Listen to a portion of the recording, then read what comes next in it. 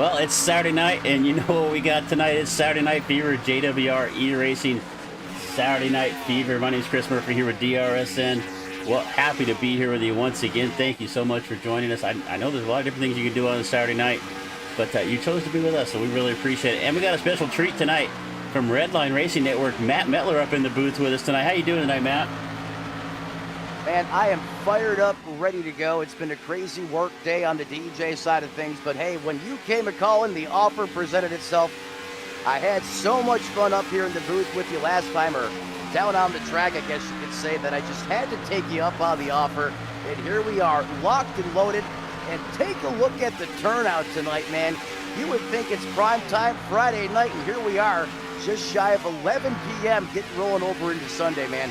I'm ready to rock and roll. 29 cars here tonight. This is the fourth week for the JWR eRacing Series. Definitely the largest field we've had so far. 40 laps here at Talladega. We're going to get underway here pretty soon. We got about 50 seconds left to go here in a warm session, and we'll get to the starting lineup for you.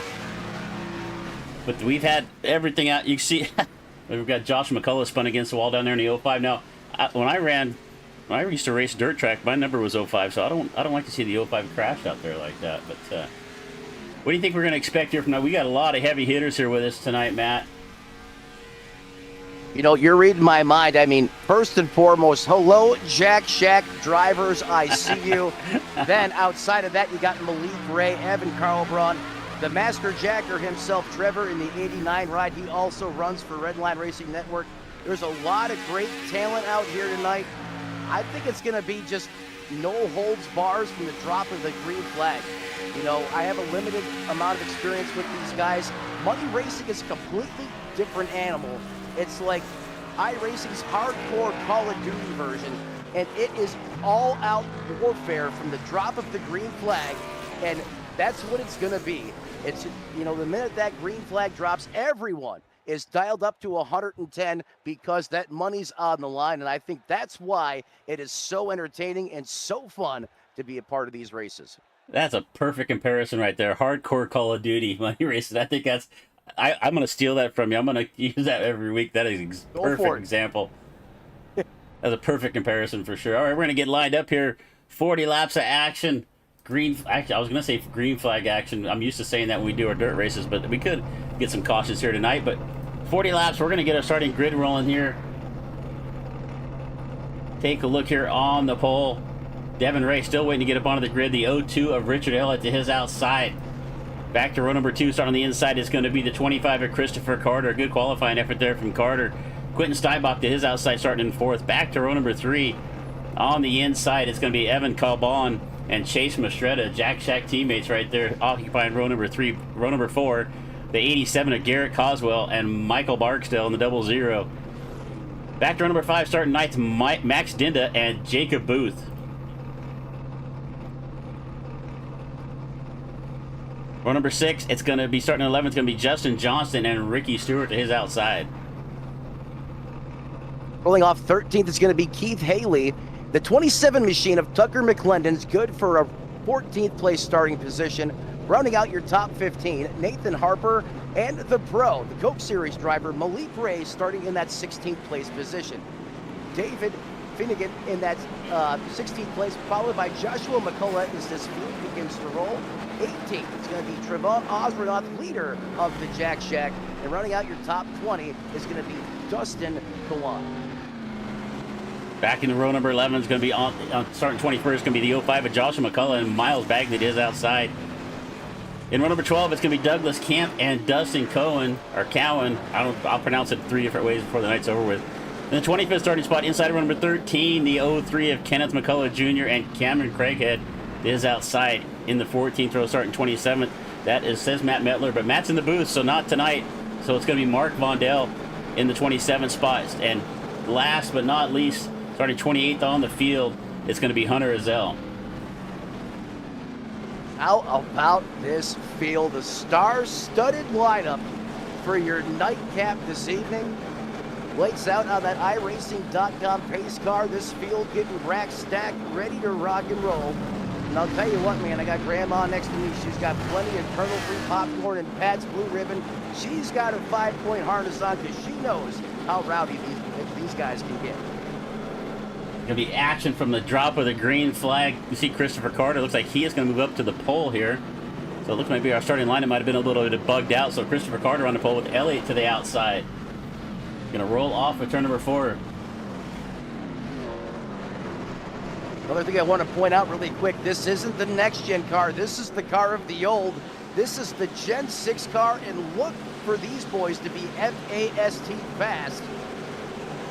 Gonna kick it old school.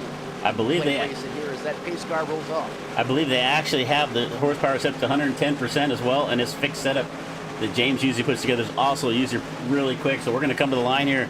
Green flag will fly, this time by Carter. On the bottom, Elliott to his outside, Carbone and Quentin Steinbach right there with him.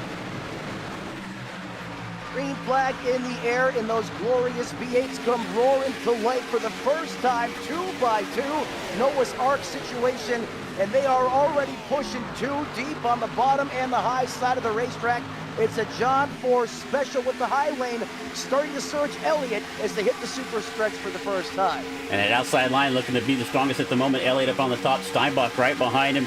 They've got the 8 of Mastretta along with him, but that bottom line here, come back into turn number 3 down the bottom. Here comes Carter back on the bottom of the racetrack. Can he get enough pace? We're going to be 3 wide. We're 3 wide back there for about 4th and 5th right now.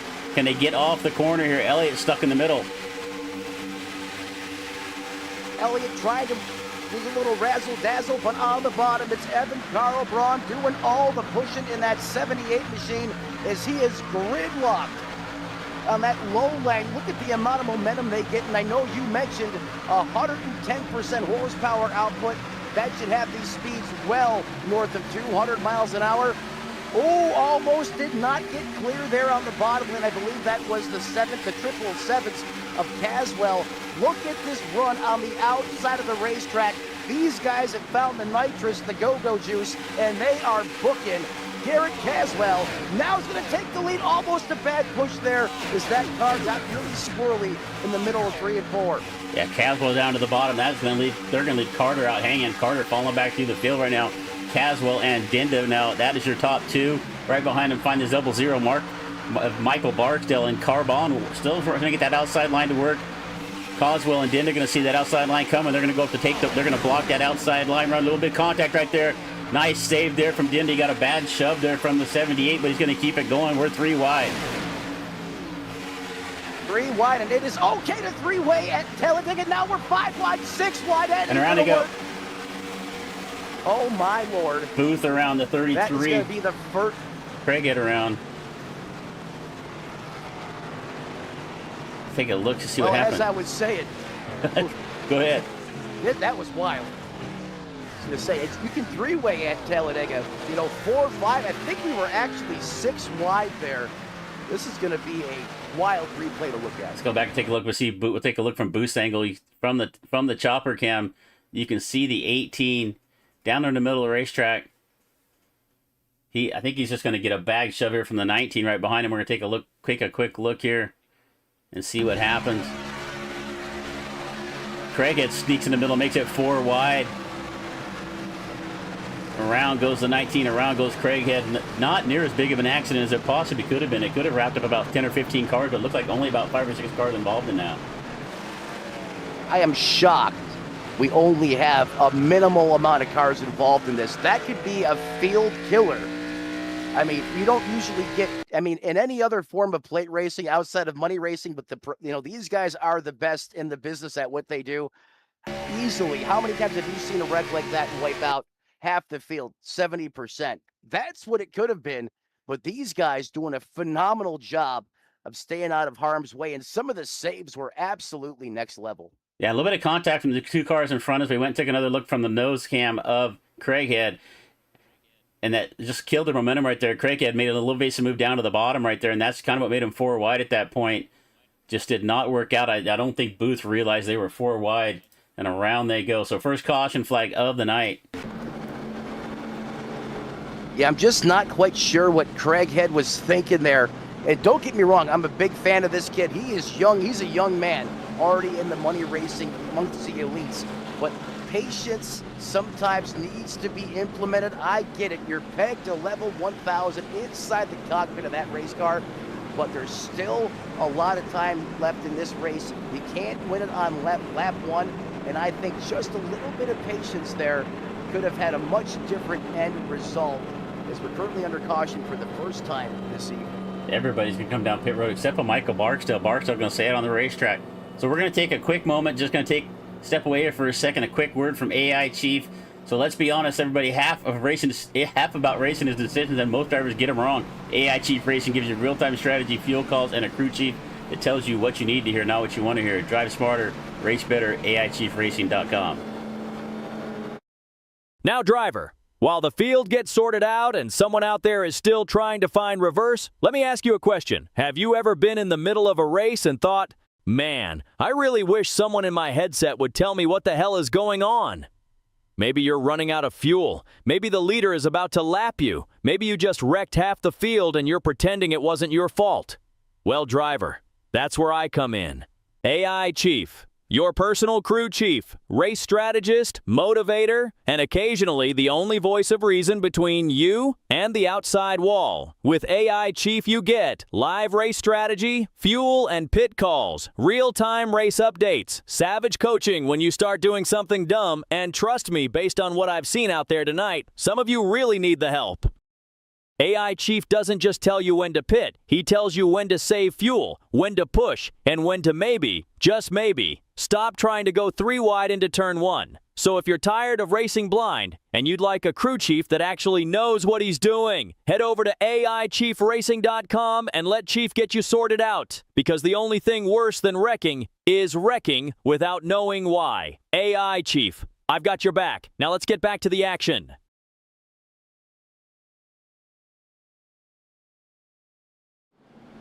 And we are back live at Talladega for JWR. It's not JRW, it's JWR e-racing event. Michael Barksdale, only driver going to stay out there on the racetrack. Everybody else came down the pit road, took on some tires, took on some fuel.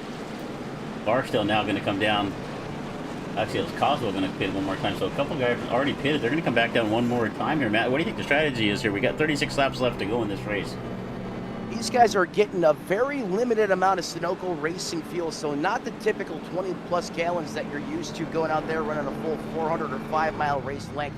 These guys are trying to pack this fuel cell full as quick and often as they possibly can, because everyone knows this race is probably going to have that green flag stint, at least from my time running these races they do.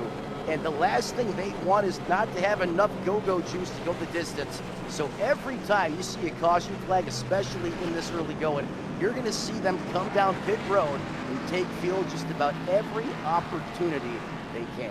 All right, we were talking pre-race. Look at the paint job here on the 89 at Trevor Osborne. What's that say on the side? Men love rules. Men love rules okay. Okay. All right. I'm wondering if somebody snuck into the paint booth and painted Trevor's car for him, but usually see Trevor in something a little bit different, but that's pretty good. Also, you know what? I want to shout Trevor out. He's been running some oval stuff with me on the Red Line Racing team, and that man is doing a phenomenal job. And you're right. Usually he's in a much better looking car. I'm not sure if maybe he had a couple Long Islands and then got into the paint booth, but men love rules, okay? 89. So, maybe he puts that car in the podium or even wins this thing. We'll get a chance to speak with him and find out exactly what that means. So we got some new toys to show you. I don't know if you probably can't see this on your screen there, Matt, but pit cycle right here, Carl Brown right there with a 5.4 second stop in the box. So fuel only right there. So some nice little toys we're trying to show you from our good friend Shane Cochran over Collateral Damage Sports Network. But we're going to go green this time by. It's going to be Barksdale, Carbone, Kyler Wynn, Justin Johnston, Malik Ray. That's your top 5 as we're going to come to the line. iRacing.com pace car peels off into the Geico restart zone. We go 2 by 2, side by side. We now wait for the green flag to get back in the air. And we're back to the boogie. Here we go. Big time restart there by the 00. He's going to jump out just a little bit. But look at that outside lane. They already stemmed the stern. that could have a big run here dialed up as they're pushing almost 3 deep. That bottom lane, though, Trevor Osbornoff, leader of the JWR, almost gets pushed down to the flatlands, and he saves it. He's going to bail to the high side. Since that breakup on the bottom lane, though, as we now go 3 wide about around that 10th place position, that's going to give the momentum to the top shelf. Evan Carlbraun to the lead on the high side. Yeah, Johnson got a little bit of an off-center push right there. He got loose right there, killed that bottom line's momentum. Up on the top, here comes Carlbraun. Wynn and Malik Ray now right there up to third. And Craighead, after getting involved in that caution, doing a really good job. He's back up here to fourth right now, and he's got Osborne right behind him. So top two kind of getting away here a little bit, but the rest of that pack going to reel him in here in a hurry. Yeah, like I said, Craighead is a young, talented individual. Just sometimes just wish he had a little bit more patience. But pairing him up with Osbornoff, that is scary because that is 2 very fast race car drivers working together right now as we're currently working lap 8 of the scheduled 40 down the backstretch at speeds of almost 209 miles an hour, courtesy of that 110% horsepower tweak here in the sim. Yeah, we jump on board here. We pull up some telemetry here from our leader, Carlbraun here. You see 200 mile an hour as he comes off turn number 4 through the trioval with 2:03 at the line, and he has got the 20 of Kyler Wynn now tucked up behind him. So Malik Ray going to fall back here to third. Wynn now to second. Carlbraun still out in front. Here comes Barksdale coming back on the bottom of the racetrack. On the bottom of the racetrack, yes, and you mentioned Malik Ray. It did not take him long to get up here at all. From starting, I believe, in that 16th place position, the pro on the coach side of things, and also an ace on the money place, which is here right now. Not surprised to see him where he is. How about this? 3 lanes of fast and furious action. Carlbraun still leads on the high side of the racetrack. The 33 of Craighead is still literally welded to his back bumper. And coming off of turn number 4 to the trioval, it looks like something out of the mid-2000s. A bad move up to the top there for Malik, and he caught the nose of the 89 of Osborne. But I'm not sure how Osborne saved that right there. Neither am I. They just about piled up the entire field right there. You usually don't see Malik make a mistake like that, but he tried to make it to the top of the racetrack and just caught the left front fender. We're gonna go 3 wide off of 4. And once again, they don't even know it, but we're trying to crash here again as Osborne gets into the back of the 48 a little bit there. Dinda gets a little loose off the corner off of turn number 2, but he saves it as well. So I think we've piled up the field twice in about the last lap, but somehow we're still green flag out there. Tell you what, if you love a highlight reel of woulda, coulda, shoulda crashed and somehow saved it, watch one of these races for 15, 20 minutes, and you will be electrified. And that's what these guys are doing right now. In fact, Trevor should have died there probably about 2 or 3 times in the last 5 laps, and yet here we are under lean, mean, and green conditions. I mean, these guys have not lifted or even let up, turned down the intensity since we went green flag racing, just 10 laps to go. Carlbraun still commands on the top shelf of the racetrack. He's got a friendly face with him and Craighead. And then you have another fierce competitor, Kyler Wynn in the 20. He has also made his way to the front. The 33 is going to come down of Craighead to side draft Barksdale there. Nicely done by Craighead. You can see how he stalls out that bottom lane, especially in this that 6th generation car, where that side force and side drafting really has an intensified effect here on the sim. The 3 cars out front right now, but here comes a run on the bottom lane, being led again by the 00 of Barksdale. He's going to have the 19th of Booth with him. Fast and furious action, 2x2, side by side. Now they're turning it back to the top shelf of the racetrack, back to 3 lanes of fast and furious action, man. These guys are absolutely next level. And it's going to be Carlbraun back on the outside. Barksdale's got a good run down on the bottom of the racetrack. He is getting a push there from the 19 of Booth. Booth also involved in that incident on that first caution flag, but he's made his way back to the front, back up to 5th. We've seen Booth run pretty strong the last few weeks, but just have a little bit of bad luck, and see if he can stay up there. He's got Ricky Stewart behind him, so it's going to be Barksdale, Booth, and Stewart on the bottom, and up on the top, it is Carlbraun and Wynn.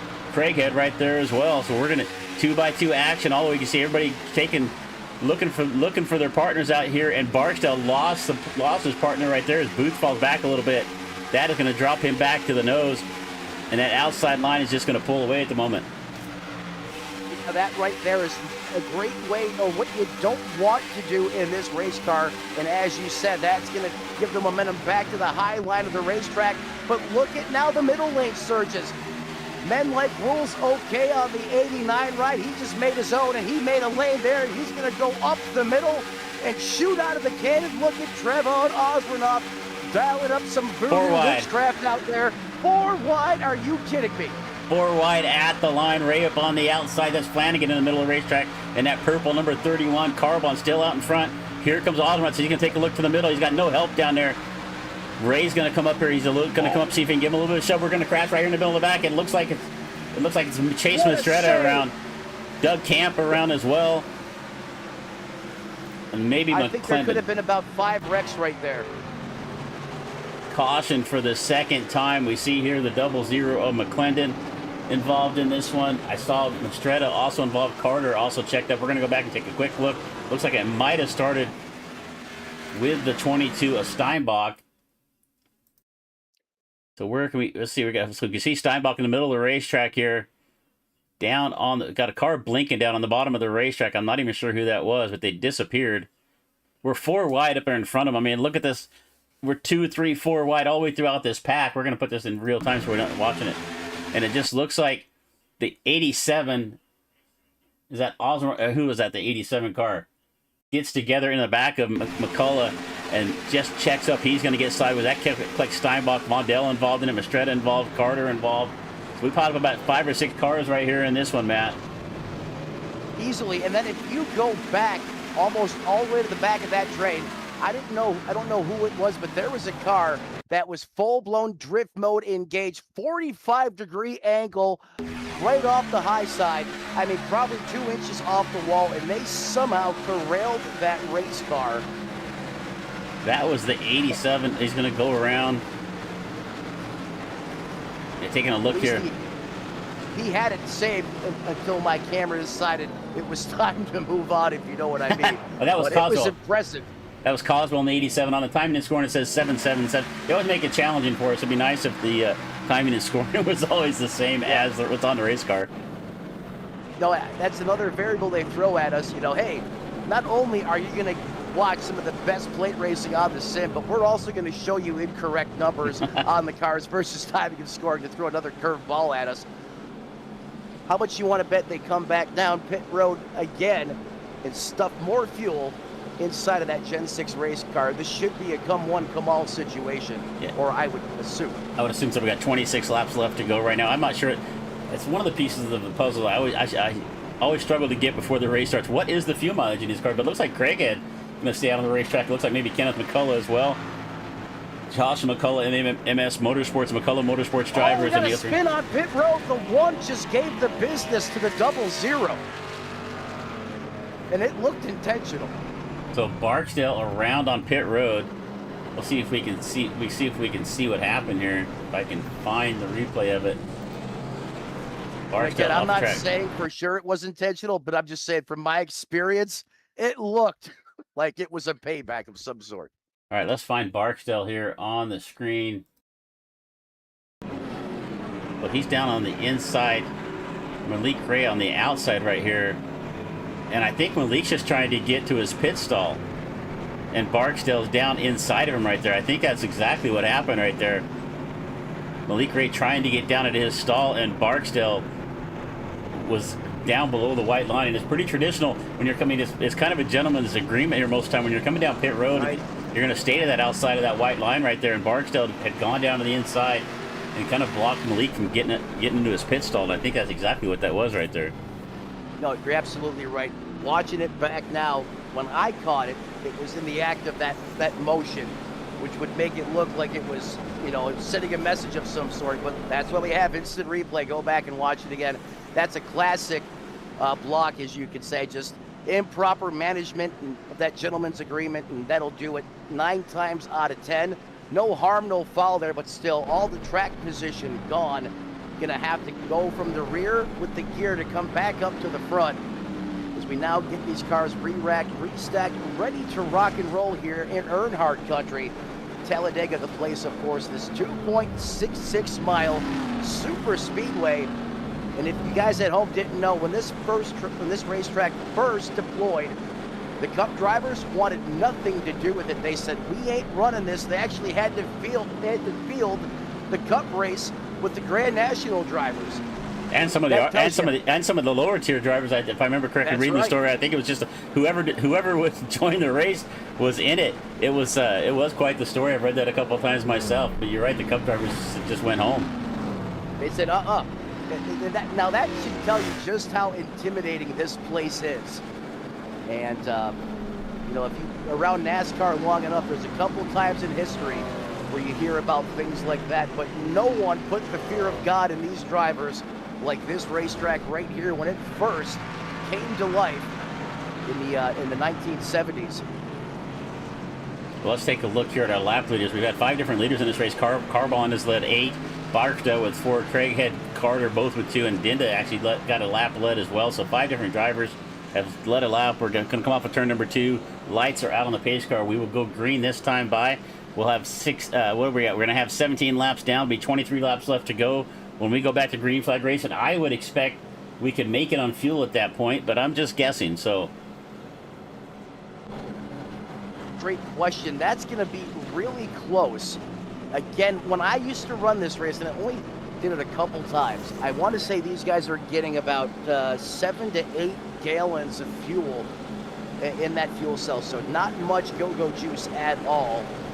And if I do some quick calculations here, they could be on the very, very edge of being able to go the distance. However, should we get a late race caution or even an overtime, forget about it. You're going to have to put more Sunoco racing fuel in this race car. Let's see if there's some strategy here. Some of these guys start to save. There's going to be all kinds of different strategies deploying real time here. This is going to be fun as we get ready to go back green flag racing. Yeah, and Craig has made his way to the front. No faster pairs in this race. You can see a little bit of damage on the right side of Craighead's car, so he's doing a really good job keeping it out here on the racetrack. McCullough both did not pit. The first car on the racetrack that did pit here on this caution was the one of Ray. He has now made his way up into the top 4 again. So watch Malik Ray and his Kylo Wynn right there behind him. See what they're going to do on this restart. We're going to come through the trial over here one more time. Green will fly.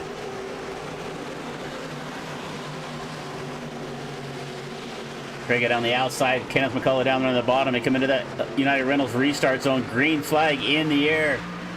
Once again here at Talladega, 23 laps left to go. They're coming across the line. Craighead, Ray now up to second on the outside. McCullough down there on the bottom. They've got the 19 of Booth giving them, trying to help him right there on the bottom. We got 3 on the top, 3 on the bottom. Ray's going to go to the top. He's going to leave Craighead hanging.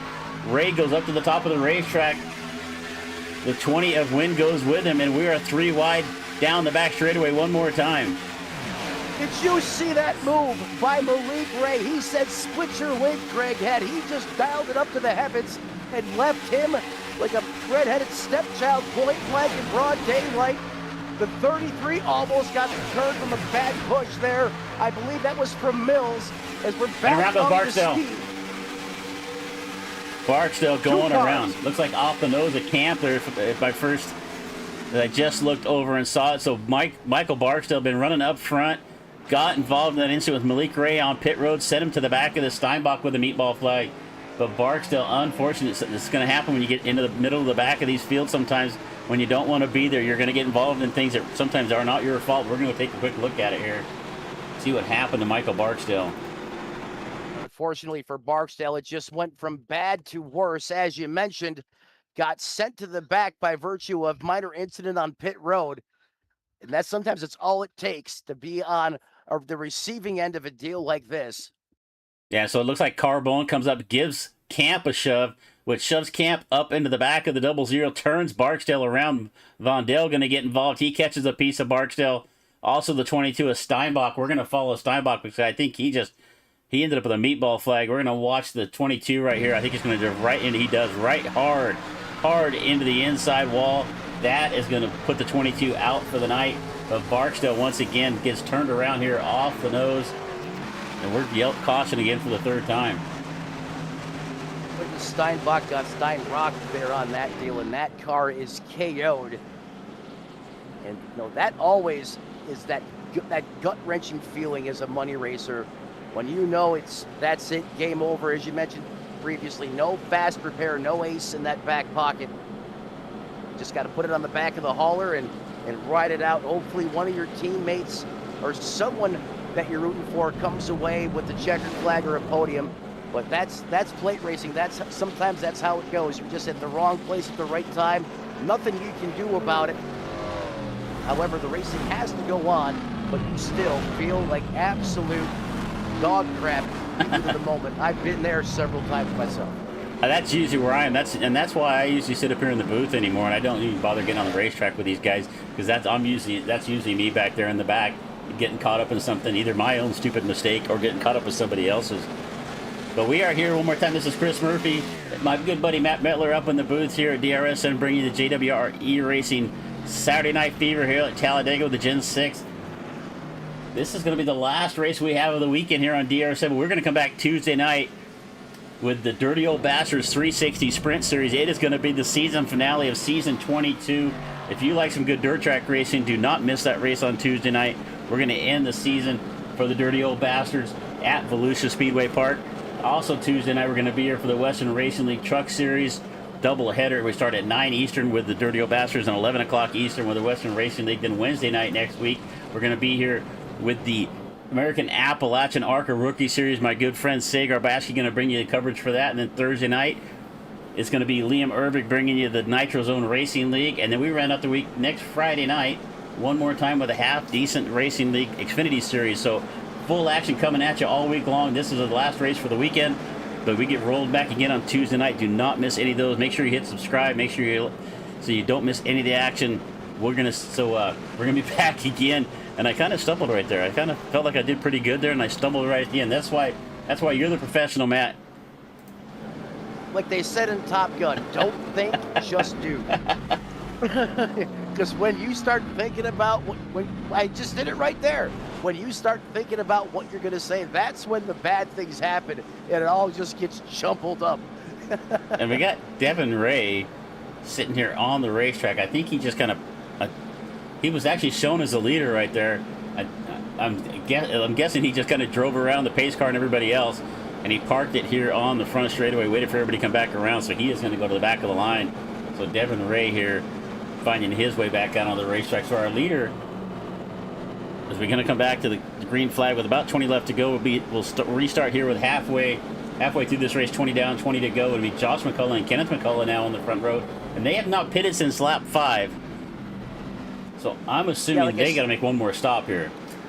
They absolutely have to be running on fumes right now. Almost biblical burning of the midnight oil type situation for these guys on the racetrack. However, clearly they're putting a lot of stock value in track position. They want to be up front. That's where they are. McCullough up 24 spots from where he started, and then the other version, the Joshua McCullough in the 05 ride, up 19. So similar story. These guys started in the next county over. They now have that track position, and they are putting all their investments, their premiums, in that top spot out there on the racetrack. Let's see how this pays out. And don't look now. You're going to have the Coke Series driver, Malik Ray, in the 1, and Kyler Wynn knocking on your back door. If that's not terrifying enough, I don't know what else is. And another driver we haven't talked about all day long, the 24 of Stephen Miles, our hot in Louisiana driver in the 88, started way back in 17th. He's up to 6th. Stephen, another one of these seasoned professionals here in this money racing super speedway. Now way up here into the top 6 right now. Expect him to stay up here. He is going to restart here to the outside of Jacob Booth, right behind Kyler Wynn. Watch that outside line. Watch for Ray to try to get up to the top as soon as he can. He's been working all day long with the 20 of Wynn, and you know he's going to want to get back up there with him. Yeah, that's a pairing that will work fear in the hearts of some of the best super speedway racers out there. I mean, those guys should be illegal in my opinion. But hey, that's why it's money racing.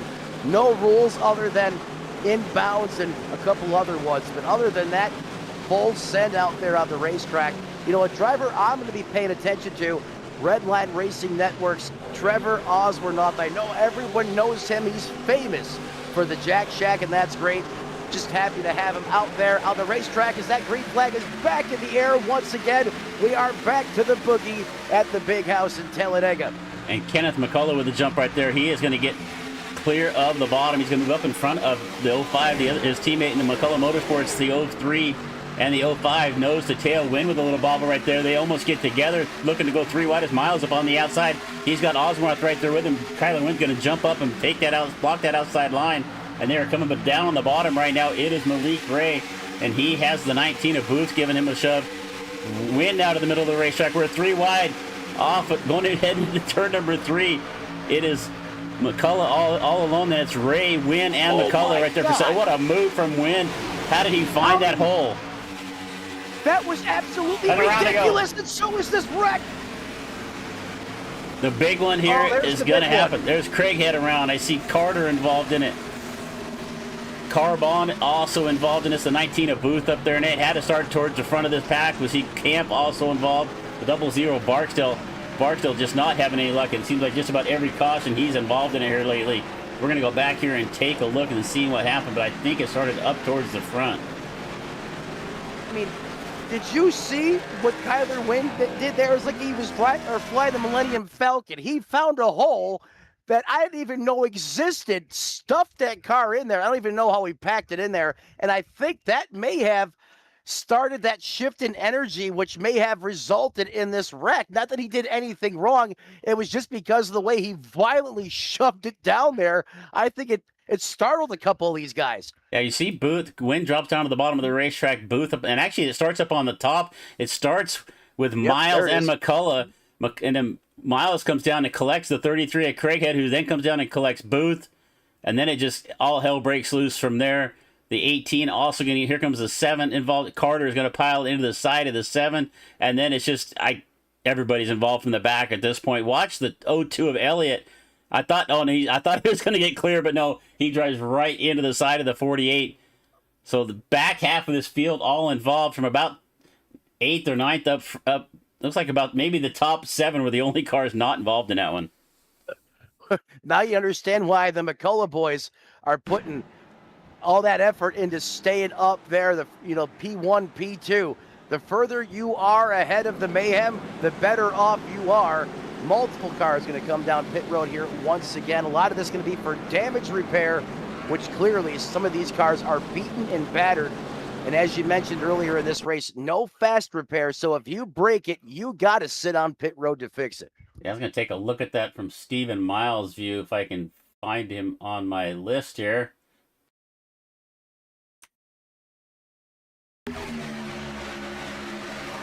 Wow, there he is right there. All right, so we're going to take a look from Miles, and you can see him get into the back of the 05, and that's just what starts it. But he actually gets clear of this. So Stephen Miles, even though it kind of started right there around him, he is now up to 5th. That's why I couldn't find him on my time in his score, and I thought he was going to be in the back somewhere. I didn't even realize he made it all the way through it. Incredible stuff. Sometimes you just get lucky. It's like biblical times, the parting of the Red Sea with Moses. Everyone else around you is collected into a big pile of a hot dumpster mess, and yet here you are coming out the other side with a showroom pristine race car. Yeah, you see a little bit. I was going to say, you can see a little damage on the left side of the 88 of Stephen Miles, but nothing.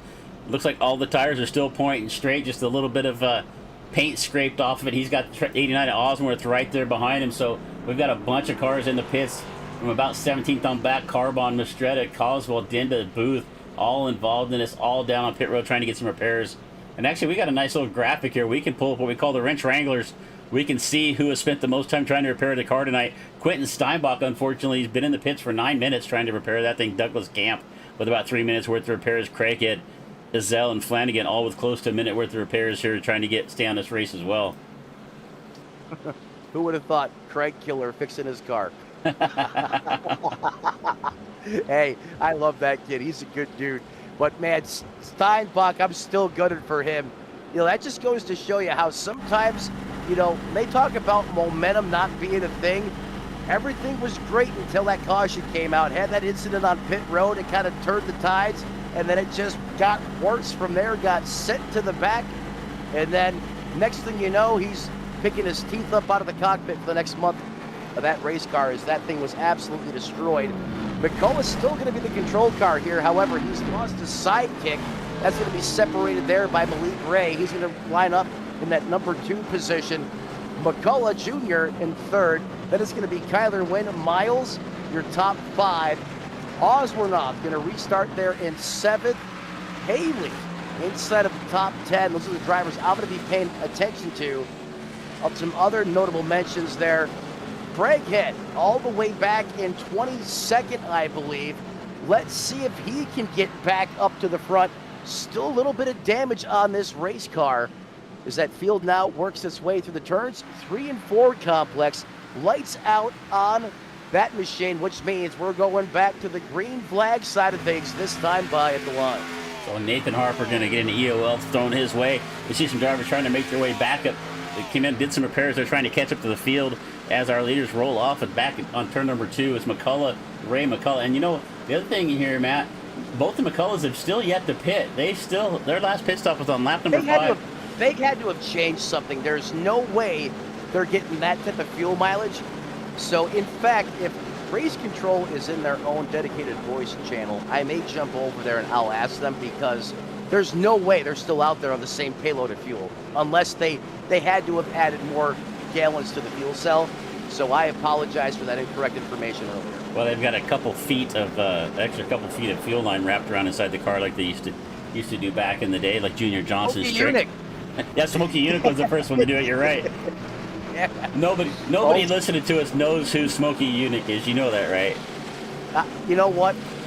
I bet you we'll make him Google it, though. That's why I love doing this. You throw names out there. Sometimes people think you're just making stuff up. Whatever we can do to get people talking about racing, I'm all for it. We lose that iRacing.com pace car. There he goes. Here we go. McCullough and Ray going to lead him back into the restart zone. 2 by 2, side by side. Is that crazy train is getting ready to let her rip. Tater chip and green flag back in the air. The 03 pushes the pleasure pedal through the floorboard once again as we get back up to speed here with just 15 laps to go. And Kenneth McCullough does a great job of moving up to the top.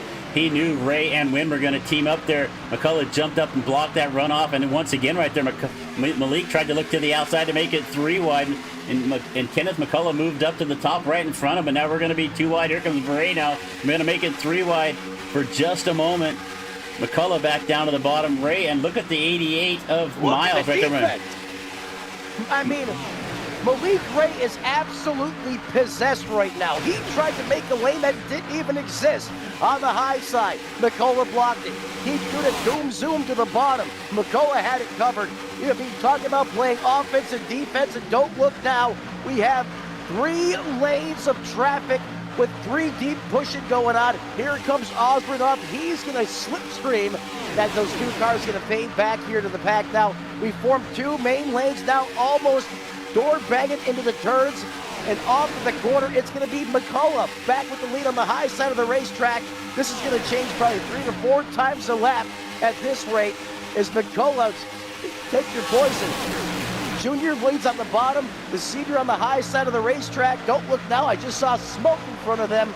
However, and around again, Mistretta. Mistretta's in the wall. He's going to door bang it off, still stay green. I don't know how he kept that out of traffic. Oswornoff now with a massive run, no help, no problem. He's flying solo on the bottom. However, now he will pay the price as all that momentum is going to bleed off, and look how far back he is going to bleed. He now has help, but he had a massive run built up as it's all Miles leading the way here, carrying the torch in Earnhardt country.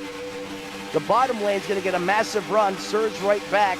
You know, I think the winner of this race is just going to come down to who plays that momentum game at the right time.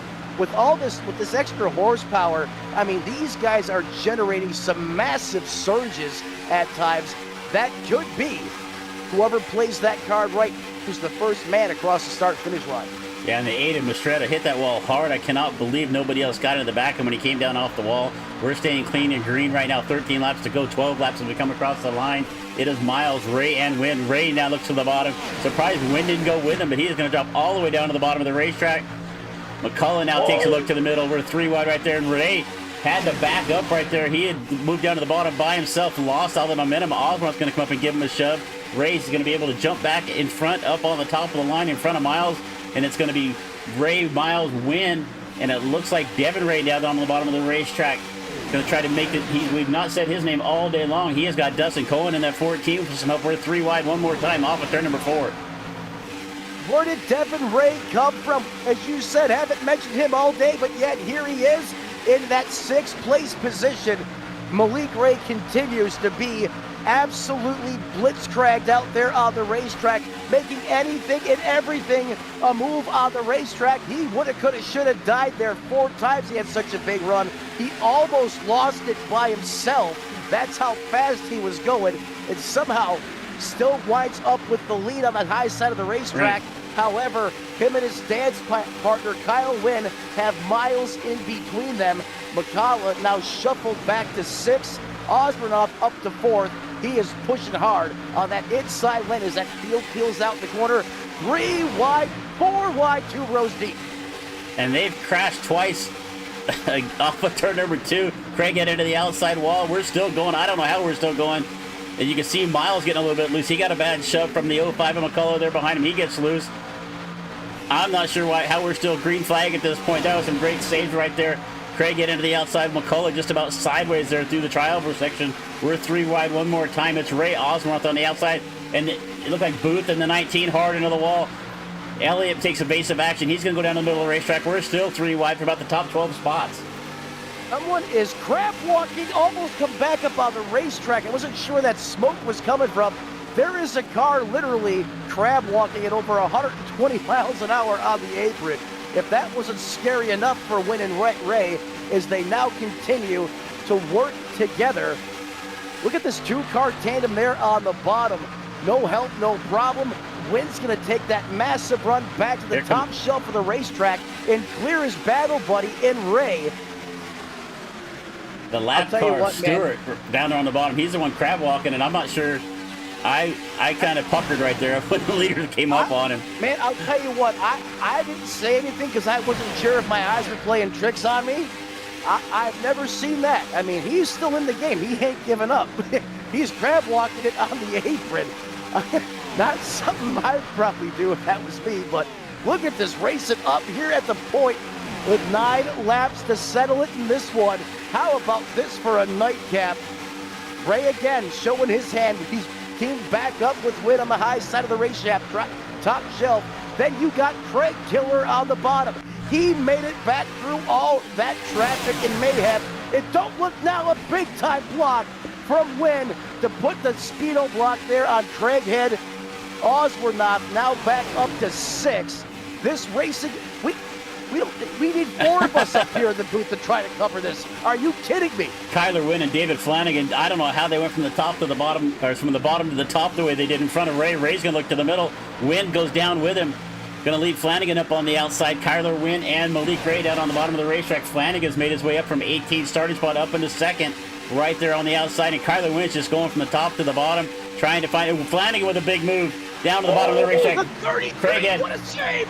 Did he save that? I looked over. Holy mackerel! I don't know how Craig had saved that. And that's the difference from what you're watching right now. He saved it again. Are you kidding me? And there goes this 406 at camp sideways as well. Is this a super speedway race or a drifting event? I'm not quite sure, but right now Kyler Wynn out in front, Flanagan on the bottom. He's got help from the 2 of Ray, the 14 of Cohen. Look at Malik Ray, going to look to the middle. So we got Devin Ray and Malik Ray. Wynn drops down to the bottom. We're 3 wide one more time. And look at that one more time. Miles gets sideways. I need a spatula to scrape my jaw off the floor from what I just seen out of the 33 machine, and it is all-out trench warfare, World War II style, all throughout this field as we come to just 6 laps to go. Somehow, Wynn and Ray have the formula for using every part of this racetrack, including the grass, to keep these cars up here at the point. They just seem to be able to do anything and everything they want. This is some incredible stuff right now. I don't have the vocabulary to describe how off the hinge and deranged this racing is right now. And she got the crab walker coming back into the picture. He is still out there too. Is Ricky Stewart still on the racetrack? I'm telling you, there he is, drifting in front of the field. Oh, that's Harper. That's Nathan Harper down there in the Cowboys-sponsored car. He's, yeah, that's the 7. He's going to try to finish this race with that. All right. Yeah, I've never seen that one before. And how is he not getting up in the way of traffic?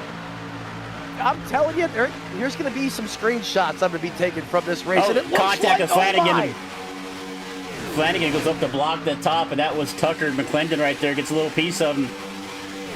And as I was trying to say earlier, this is what if you go watch an official draft master or something like that, these guys would have crashed about 10 times in the action we've been seeing. This is the difference between the driver's talent you're watching right here and what you're going to see on a normal Saturday night. I'm telling you right now, this is fantastic. You don't get this in Crash Masters, in Draft Masters. We would have killed 200 cars by now, easily. But this is the difference. You take, and no offense, the bottom of the barrel, and this up here is the elite, the top class, and these guys can just do things with a race car you shouldn't be able to do, to quote Days of Thunder, but that's exactly how it feels right now. And the two guys that are doing it better than anyone right now, they're first and second, Malik Ray and Kyler Wynn in the 20. I'll tell you what, the McCullough boys, they are giving it a hell of a fight tonight. Usually, I mean, they take race cars to the face like no one else in money racing. If you want to bet 9 times out of 10 who's going to be the first one knocked out, it's usually the 05 or the 03. They just got hit me radar, but not tonight. These guys have came with the battle plan, have stuck to it, and they are well inside the money with just 3 laps to go. And we have calmed down. I think, thankfully, they've given us a chance to catch our breath, whatever I'm going to say. I can't even speak about. They're all single file at the top of the racetrack right now. For about the first 10 or 12 cars, it's Ray, Wynn, Miles, McCullough, and McCullough. And we got to get some clarification on the fuel mileage here, because I'm still shocked that neither one of the McCulloughs have pitted. We got 2.5 laps left to go. We get into turn number 3. Wynn looked down to the bottom by himself. What a power move right there from Kyler Wynn. I don't have an answer for that. Just drops down to the bottom and gets around Malik Ray. Wynn now to the front. Little contact back there between Craighead and McClendon. They're going to keep it going. We're going to come across the line. It's going to be 2 laps left to go when we come across the stripe. Green flag comes down. Popsicle sticks go in the air, as my partner in crowd just stated. Less than 2 laps to go now as we've drug the action up to the fence here on the high side of the racetrack. It's Kyler Wynn, Malik Ray, Miles, and the McCullough boys round out your top 5. Craighead back up to 9th again. Are you serious? He's been sideways more than he's been straight this race, and yet he's inside the top 10. Down on the bottom, here comes Cohen, and it looks like Osmo tried to get something working on the bottom of the racetrack, but there's just two of them down there. Come across the line, white flag in the air, going to be 1 lap left to go. There'll be no green-white checker here today. It's going to be Wynn, Ray, and Miles, your top 3, and then it's the McCulloughs right there down on the bottom of the racetrack. Here comes Cohen, that bottom starting to work right here. Cohen, Osworth, and Craighead, and it looks like Wynn and Ray are going to drop down to the bottom with the 05 and the 03. It's going to come down to these first 4 drivers right here. Look at McCullough now to the outside. Joshua McCullough and Kenneth McCullough, and now we're getting a little rowdy down the back straight here, Matt. Oh, yeah, we're about to tear it lit. About 4 wide, there's 5 wide, car into the wall as we go to the turns 3 and 4 complex for the final time. It's Kyler Wynn currently at the point with Malik Ray in tow. How did they all get through that down the backstretch? I don't know. Into the trial for the final time. The steam belongs to 20 in the 1. The McCullough boys, they're not giving up. They're going to try to dial the Hail Mary on the outside of the racetrack. But at the end of the day, the pros know how to get it done at Dega. It's Kyler Wynn with the help from Malik Ray, and everyone is dying as we go back off into turn 1. And oh my God, you remember the movie The Waterboy? Probably not as well as you do. Okay, well, anyways, there's a woman in there, a voodoo woman named Phyllis, and I swear to God, Craig has sold his soul to her. He was wrecked on a move so hard to the bottom. His car was, it was ways that you do not recover from, and somehow he straightens it back out for 11th. Absolutely action-packed. What the hell am I doing calling this race from the start of the drop of the green flag? Ultimately, Kyler Wynn, Malik Ray, and Josh McCullough Jr. in the 03, I believe. That's your podium.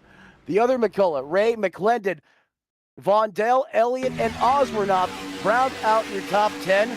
And, buddy, I'm telling you, thank God that race was only 40 laps because I am gassed. That was one heck of a race. I could not think of a better race to have you up here with us tonight, Matt. That was fantastic. And right at the end, Wynn and Ray had worked together all day long. And you just knew they were going to be there at the end. Let's see if we got anybody in the waiting room. Nobody in there with us yet. Normally, these guys are quick to get in the booth. I know I said hardcore mode at the top of the broadcast, and they backed up what I was selling. My God.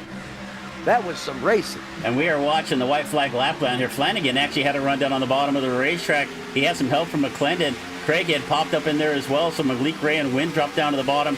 But actually, that bottom line was just going to stall out the end as the outside line was just so much better organized. And it was going to be Wynn. And I got to put together a special cam for the finish right here. So we're going to take a look at it right there. It's going to be Wynn, Ray, McCullough, and McCullough, your top four at the finish.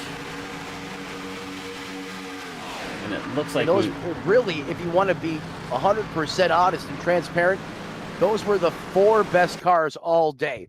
Oh, 100%. And I know it's hard to even put a stat like that out there because that field in that race was so wild and crazy, but they just had a little extra mustard, a little extra sauerkraut out there, the rest of these guys, and they found a way to keep their race cars in those money spots just a little bit better than the other competition. But like I said, you never had any type of confidence out on that racetrack. Usually, most times you're out there racing, you'll get that confidence. You're out there, you're leading, you're running good. You could be in first 1 second, 500 feet later, you're back in 23rd. All right, looks like we got Kyler and Malik up in the waiting room. We're gonna bring Kyler up here real quick. Kyler, you got Chris and Matt in the booth. Are you there, buddy? Yeah, I got you. Well, you don't sound near as excited as we do, and you got home with a win right there. That was a heck of a race out there, man. Yeah, man, these cars. Yeah, these cars always put us on the show. So, first race here in James wearing Sunday Night Racing League or whatever it is. Happy to get the dub. I mean, these cars are a blast. I love them every time we race them. Yeah, I think they're the best super speeder car at the moment. So it looked like. Yeah, I'll go right ahead. I was just gonna say it looked like right at the end right there. It looked like you and Malik had got a deal together, and he just kind of hung right there with it. Didn't really try to go down and make a move. Just tucked up on the back bumper and shoved you there to win. Yeah. Malik did try and turn left there in the tri-oval, but as he went to go turn left, he hit my bumper. And then he got really tight. These things get really tight towards the end of a run. Knowing Malik, he definitely tried to go for it. I don't think he's the one to ride in line. Neither am I. I mean, we don't usually have the agreement to ride in line and work together. If we can, we try and guarantee one of us is going to win the race, but we like to race it out too. So, yeah, I think he just got tight there by the looks of it after hitting my bumper, and I pretty much had it sealed from there. Yeah, it looks like you guys had kind of teamed up early on, just stayed together most of the race, but fantastic job here tonight. Good, first James Waring race. You come out here, take the win. Before we get you out of here, though, buddy, anybody else you want to give a shout out to? Yeah, Factory Steps on the car. Been on here for about 5 years now. Appreciate them. Teammates tonight, Stephen Miles and Malik Ray. Miles got hung out late in the race there and got side rushed back, unfortunately. But I was able to get a 1-2 for the team with me and Malik. So that's always nice. Well, congratulations. Thank you guys for broadcasting. You do a great job doing this. I appreciate that. And James Waring for putting this on. All right, brother. Well, good luck whatever else you got going on for the rest of the weekend, and I'm sure we will see you up here in the booth next Saturday night. Yeah, hopefully. All right. Have a good one. And 4. All right, Malik, you got Chris and Matt in the booth, buddy. How you doing? Hey man, how you doing? Malik, what is up, brother? My God, you and Kyler Wynn have done things with that race car that shouldn't be possible or built into the physics of the simulator. That was probably one of the most intense, action-packed races I have called in a long time. I mean, from the drop of the green flag, that was dialed up to 1,000. You and Kyler Wynn out there are just magical, spiritual watching you guys, what you do on the racetrack. Walk me through those final laps of this race. I mean, you guys were just generating massive runs through the smoke, the chaos, the woulda, coulda, shouldas. You guys find a way to pilot this car to safety and come across the line. You tried to put a move on him there. Looked like maybe your car got tight. You lost a little bit of momentum. But what is the secret? I mean, you guys just were next level tonight. What a show. What a drive. Take it away. I think it's just our, like our years of experience. I mean, me and Kyler have been doing this for a while now, so I think we, like we can see stuff coming. And it's not just me and Kyler too. It's me, Kyler, and Miles. All three of us were doing pretty good there at the end. We had a slight, miscommunication like in turn 1 and 2, and that's why Miles got hung out. But outside of that, I mean, I felt like all three of us ran a really solid race. You definitely seem like you're in your element. Not that you're not in plate racing. You're one of the best to do it here on the sim. But what makes this Gen 6 car so much fun to drive? I mean, it puts on a spectacular show for the fans every time you guys load up in it. But what makes this car so special when it comes to plate racing? I think like the runs are pretty easy to tell, like when they're coming, and you know that everyone's going to try to go for your outside. So, I mean, all the runs are pretty, like they're self-explanatory. Like all you got to do is just look and, I mean, you already know they're going to go for the outside or inside or go middle, this, that, and the third. So, I mean, all of them, it's just pretty easy after you've been doing it for a while. I appreciate the insight and excellent comments. We appreciate it, Malik. Before I cut you loose, man, got to turn the floor over to you, let you thank who you need to, who helps you get it done on the one. My teammates, which are Stephen Miles and Kyler Wynn, Intense Solutions and Roger Shelton, and you guys for broadcasting, and James for putting on the series. I appreciate all you guys. Thank you. Is, ladies and gentlemen, the Coke Series man had the plan to come home P2. It was the Shake and Bake boys, Kyler Wynn and Malik Ray, come home 1 and 2. Thanks for your time as always. You have a great evening, my friend. All right, thank you, man. You too. And that, ladies and gentlemen, the voice of Malik Ray, your second place finisher, sending it back up topside to you. Well, and I just want to point out one thing, and this is why these guys are out here doing this and what they're doing, and we're up in the booth. I mean, I know it's our job to kind of, get excited for everybody watching. But those guys were just like butter, man. They're just like, I'm telling they do this all the time.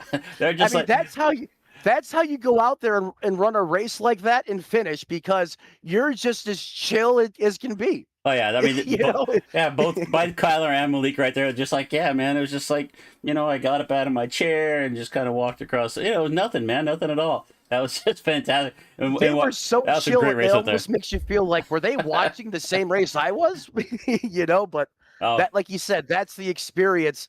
That's what, being a professional, a true ace at this, that doesn't even, raise the excitometer up one bit, and you got to be chill to drive like that. So I'm not surprised that level of calmness that they just displayed in that interview. That definitely wouldn't be me. I probably wouldn't even been able to talk. But I mean, they're pros for a reason. All right, I want to bring up the full results here before we close things out. Kyler Wynn coming home with a win in his first race here with the JWR eRacing. Malik Ray in second. Josh McCullough and Kendall McCullough running third and fourth. Good runs right there for the MMS Motorsports drivers. Devin Ray in fifth. Tucker McLean in sixth. David Flanagan with a good run up from 18th to 7th. Mark Vondell started back in 28th, comes home in 8th in this race. A great run there for Mark. I guarantee you Mark was the oldest driver in the field, so a good top 10 finish there. Richard Elliott in 9th. Trevor Osmer 10th. Cameron Craighead in 11th. Michael Barksdale led early, got involved in a couple incidents, comes home in 12th. Dustin Coe in 13th. Stephen Miles kind of got left out there hanging, but he's going to come home in 14th. Douglas Camp in the 15th position. Max Dinda, I keep calling him Mike. I don't know why it's Max Hunter Azell, Keith Haley, Justin Johnson, Evan Carbone. That is your top 20. We're going to get back here. 21st is going to be the 777s of Garrett Caswell. Jacob Booth, that's basically what happened. He got Booth right off the bat, going to finish 1 lap off the pace. Rest of these drivers going to be multiple laps down. Quentin Steinbach, it was going good till it went bad on pit road. Race car was absolutely mutilated on that restart. It's going to come home to a 16th place finish. Or excuse me. Go ahead and take this back over. My results just are doing very crazy things right now. I apologize. Nathan Harper crab walking in the home in 24th. Ricky Stewart in 25th spot. Chase Mastretta, Christopher Carter, Miles Bagley rounded out the field. Miles only got 3 laps into this race. Going to come home in the 28th spot. Kyler led 7 laps of this race. Hard charger was Kenneth McCullough, 21 spots from 25th to 4th. Evan Carbone led the most laps at 8. Douglas Camp with the fastest lap in this race. So we're going to go ahead and check out for the night. I want to thank Matt for jumping up in the booth. It's always fun. We don't get a chance to work together enough, brother, and it's always fun when we do. So I want to thank you for being here. Hey, thank you for the opportunity to come up here in the booth with you, man. I had such a great time working with you a couple months ago. I just wanted to get back up here. When you find someone you got good chemistry with and it works, you tend to want to do these things again and again, especially as the broadcaster, as we both are. But my God, again, the level of intensity on that racetrack tonight, I don't think I've seen anything quite like that ever. I mean, that may have been the most intense plate race I ever called. And my God, that makes me want to be out there on the racetrack for the next one. Appreciate your time, man. Thanks for having me. Hopefully we get to do this again really soon. Thank you so much for being here. We're going to go ahead and get out of here, but don't forget Tuesday night, we're back here on DRSN with the Rio Bastards 360 Sprint Series. Also the Western Racing League on Tuesday night as well. So we're going to go and get out. Thanks from all of us here at DRSN. I'm Chris Murphy saying keep it smooth, keep it smart, and if you can't do that, at least keep it entertaining for the folks at home. We're going to see you next time. Good night.